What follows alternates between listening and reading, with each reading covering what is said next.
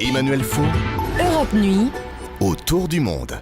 Le regard d'Henri Guirchoun sur l'actualité internationale qui nous conduit ce soir en Catalogne où, contrairement à l'Écosse, il n'y aura pas de référendum sur l'indépendance.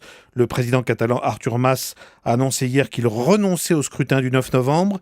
Et pourtant, Henri, ce n'est pas faute d'avoir tenté de surmonter l'opposition de Madrid par tous les moyens.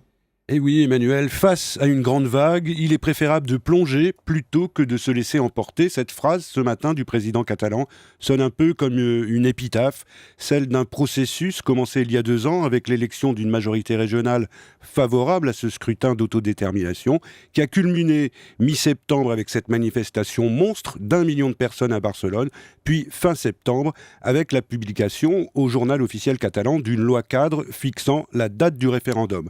C'était d'ailleurs au lendemain du vote sur l'indépendance de l'Écosse, ce qu'on peut difficilement considérer aujourd'hui comme un très heureux présage. Alors pourquoi finalement le gouvernement de Barcelone a-t-il décidé de faire marche arrière ? Bien, l'Espagne n'est pas la Grande-Bretagne, ni le Canada. Le pays reste marqué par une histoire douloureuse, la guerre civile, la dictature, le terrorisme basque, et Madrid n'a jamais accepté le principe de ce vote.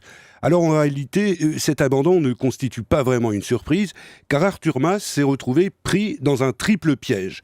Coincé par sa promesse de rester dans la légalité, aussi par l'intransigeance de Madrid qui a tout bloqué en saisissant comme prévu le Conseil constitutionnel, mais aussi par une alliance chaotique avec les partis souverainistes dominés par la gauche radicale.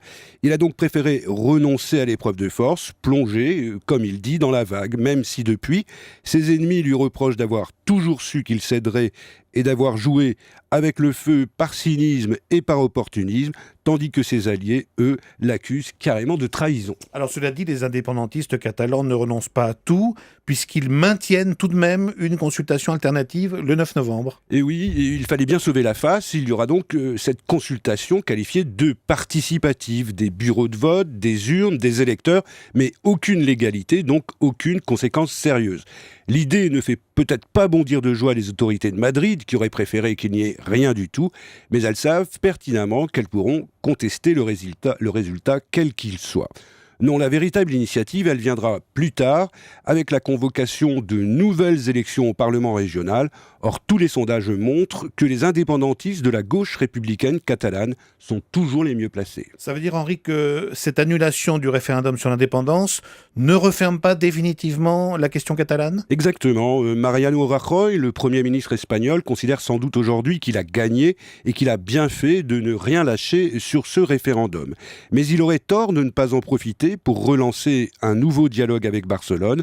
Ce serait prendre le risque de radicaliser encore davantage les Catalans et surtout de renforcer le camp indépendantiste. L'avenir de la Catalogne dans le regard international d'Henri Guirchoun. Merci Henri.